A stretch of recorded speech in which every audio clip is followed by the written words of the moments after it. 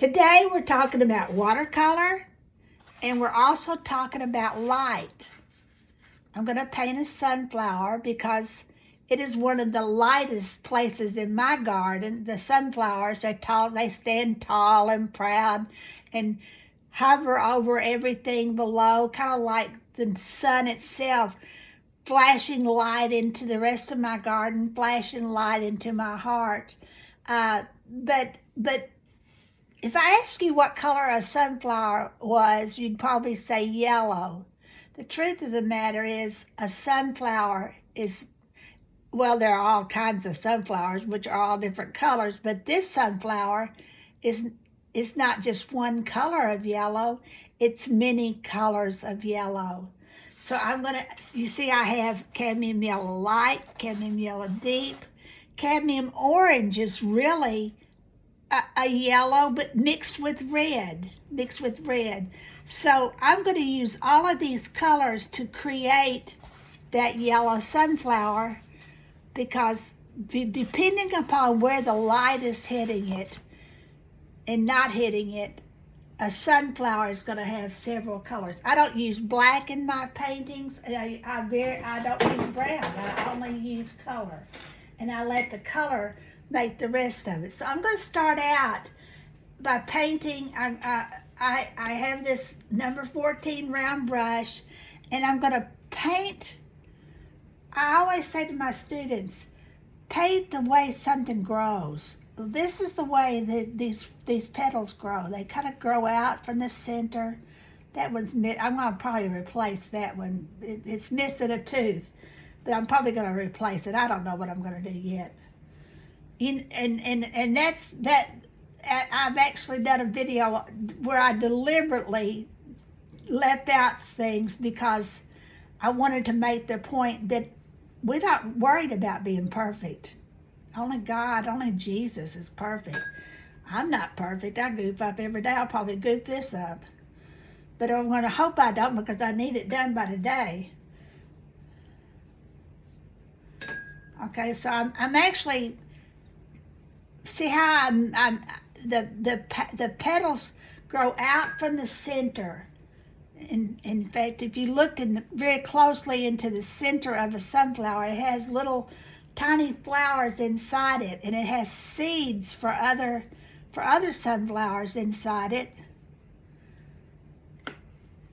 So this is yellow. This is cadmium yellow light. This is the lightest. Well, no, I have other colors of cadmium yellow, but this is the lightest color that we're going to paint with today. And remember that in watercolor, I don't have white on my palette, because in watercolor I don't use white. White is where I leave a light place on my canvas, on my paper. The paper is the white. And so in watercolor, it's kind of, you have to be very cagey and think about where you're going to leave light. All right, the next color, okay. The sunflower petals kind of move in and out. Some of them are kind of hanging in toward the center. Well, toward the center, they're all darker. So I'm going to do cadmium deep toward the center. And where there are places behind where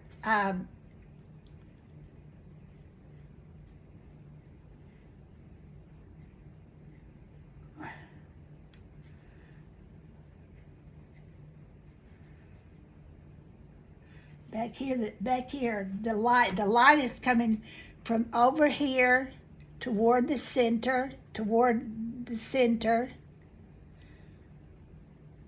coming from this, the light is coming from this side. I had to get over here and show you, coming from this side.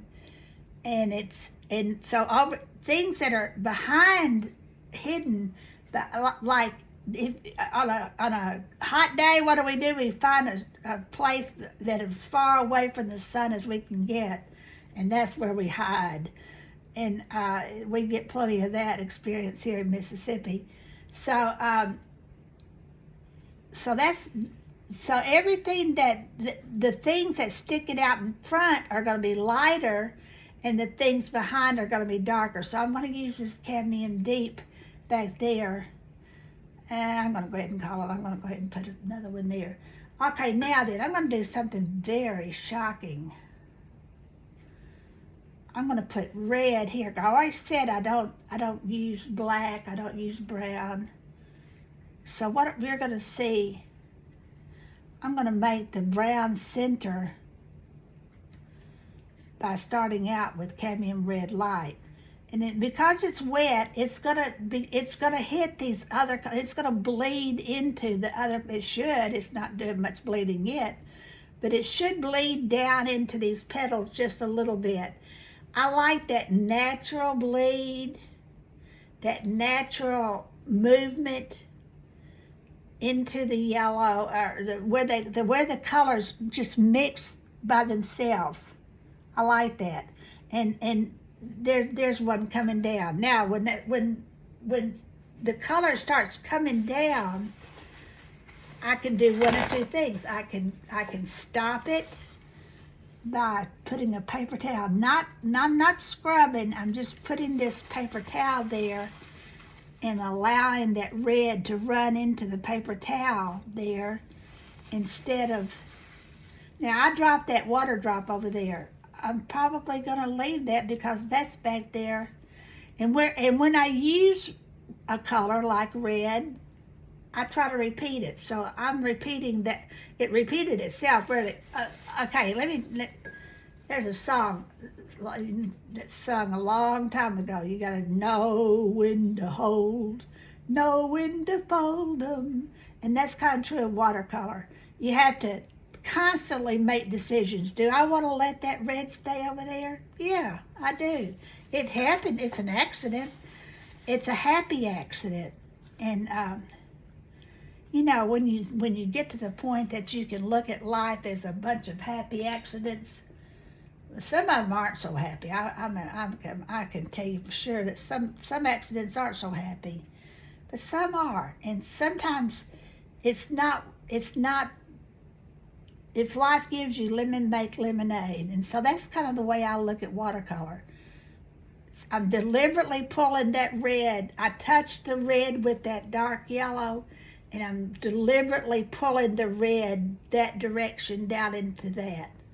Now then, the reason I couldn't demonstrate this for you, well, first of all of you couldn't see it, but is that I have to stop right now and let this dry, or the whole thing would be a big washy mess.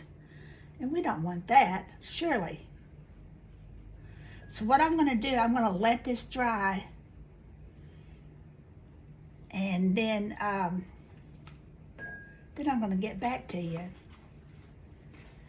No, I think I'll keep talking. Let's talk about light for a minute. The first thing that God created when he created the world was light. If we didn't have light, we couldn't see colors.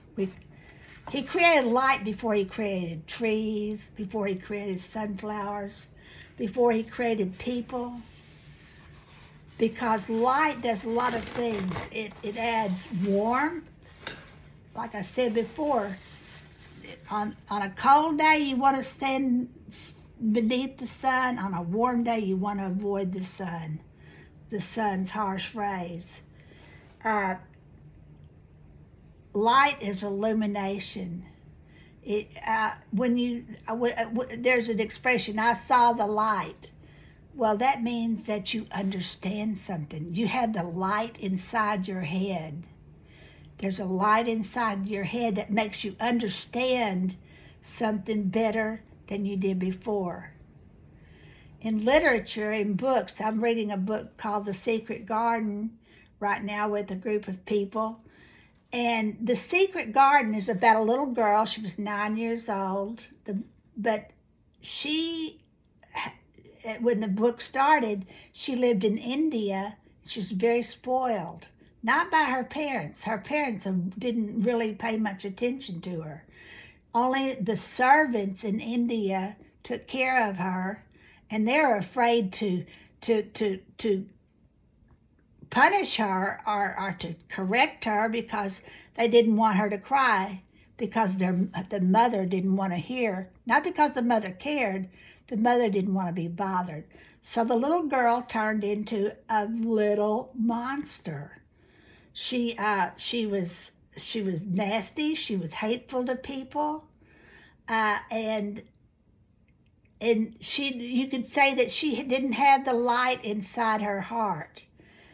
Well, the book The Secret Garden is about how in a garden she began to allow light inside her being, inside her person, inside her heart.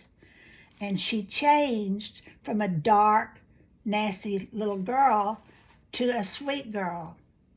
So light is both a real thing, and it's something that represents moods.